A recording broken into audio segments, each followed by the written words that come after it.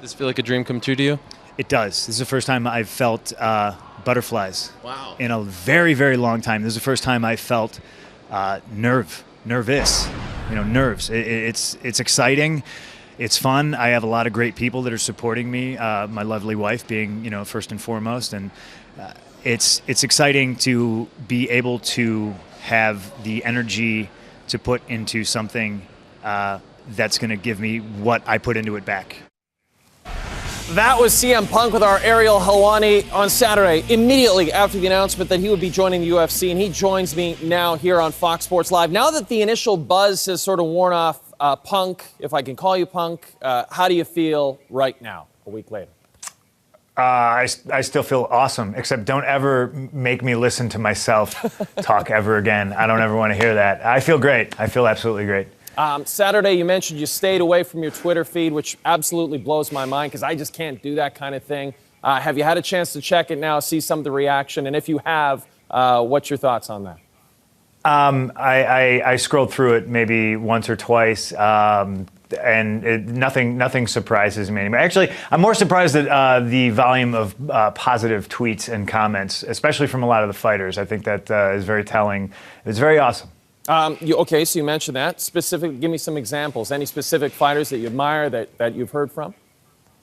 Well, I'm friendly with a lot of fighters, so when like Daniel Cormier, tweets something positive about me, that doesn't necessarily shock me. It makes me feel awesome. But somebody like Robbie Lawler, I've never met Robbie Lawler, been a fan of his for a very long time, and for him to tweet, hey, people doubted me too, they're going to doubt you. Just do your thing. It means a lot to me. I think obviously I'm a polarizing figure. I would have it no other way. People either love me and they want to see me succeed, or they hate me, and they either want to be part of my demise or at least watch it. And I'm just going to ride that wave. There are some detractors for sure. No question about that. Why do you think they don't feel you deserve a shot in the UFC? And why do you think you do deserve a shot in the UFC? Well, I deserve a shot in the UFC. Deserve, that's the key word, I suppose. I'm not really going to say that I do deserve it. I think time will tell if I deserve it or not.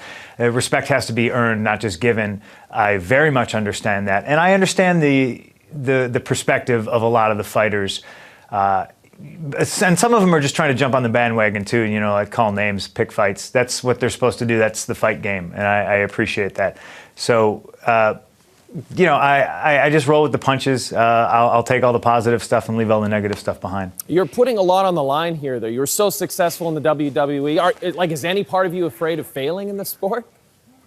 I don't think you can approach anything with such a strong fear of failure that it would prevent you from doing anything. There's a big chance I fall flat on my face on this, and obviously it'll be in front of the entire world, but that's never stopped me from attempting to do anything. You're talking to a man who crapped himself on national television before, so I'm ready to be embarrassed if it comes to that. I got to tell you something. That alone, what are you going to tell me? That's going to earn you more fans, just knowing that you just crap yourself. I crap myself right now. I actually have been crapping myself through this entire interview. Oh, well, all right. That'll make me watch the show a lot more. Perfect. That's great. This is a promo right here for Fox Sports Live. We crap ourselves during interviews. Now to more serious matters. Your weight class. People want to know. For two things, your weight class and where are you going to train? Two unknowns. I'm not so much worried about my weight right now. I'm just trying to get into the best shape I possibly can.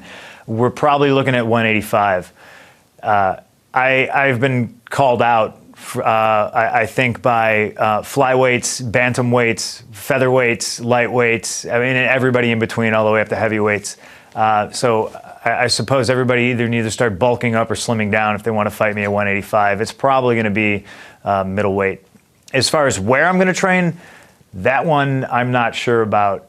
I think surrounding myself with the right people is a very key ingredient to this. I have to find a place where I'm comfortable to an extent, but taken out of my comfort zone, if that makes any sense to you. I don't want to step into a facility where there's people who have these negative feelings towards me and begrudge the fact that I've gotten this opportunity. And like I said, I completely understand their point of view.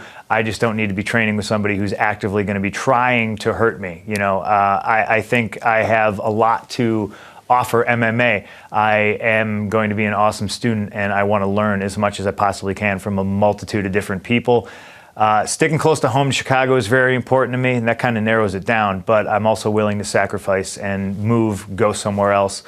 Right now, I'm just trying to double up twice a day, work on different things, and do technique things. I'm obviously not trying to full-on go crazy and spar with some killers, but you know that'll come when I finally settle down and pick a place. And I don't know where it's going to be. Horrible answer. I'm sorry. No. Hey, it's better than my answer about my question about crapping my pants. You mentioned that sparring, you're not going to get too deep into that too quickly with anyone too crazy. You mentioned Rolling Stone, that's actually the weakest part of your game so far in the MMA. How much sparring time in general have you had so far, Punk?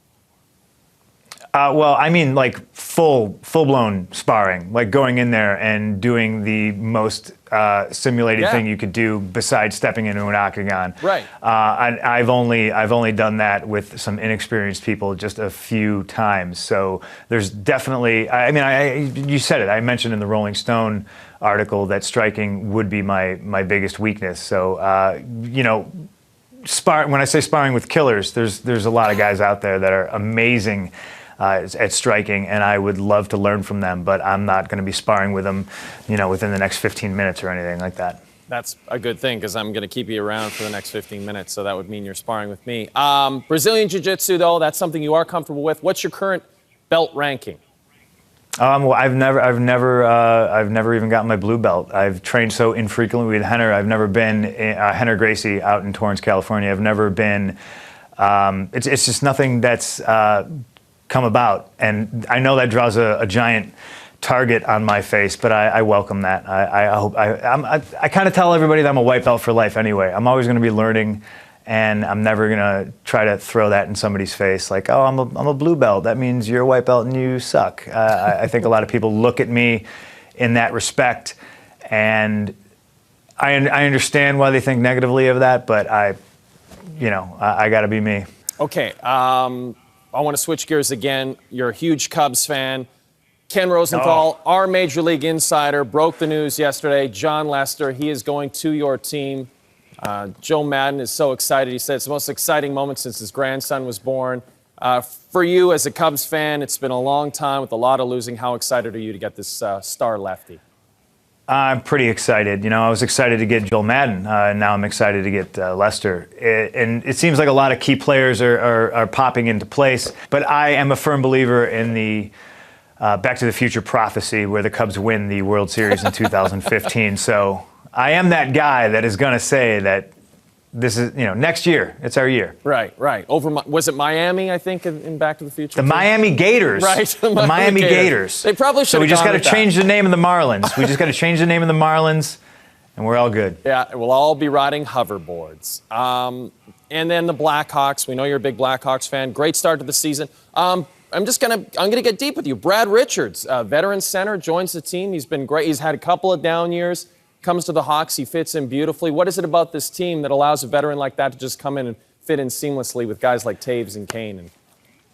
I think there's a great mixture of experienced players and not so experienced players, but those not so experienced players are willing to, not so much take a back seat, but learn from the guys that have been skating longer than them. And I think it just makes this awesome synergy. I think Carcillo has been an awesome addition to the team, too.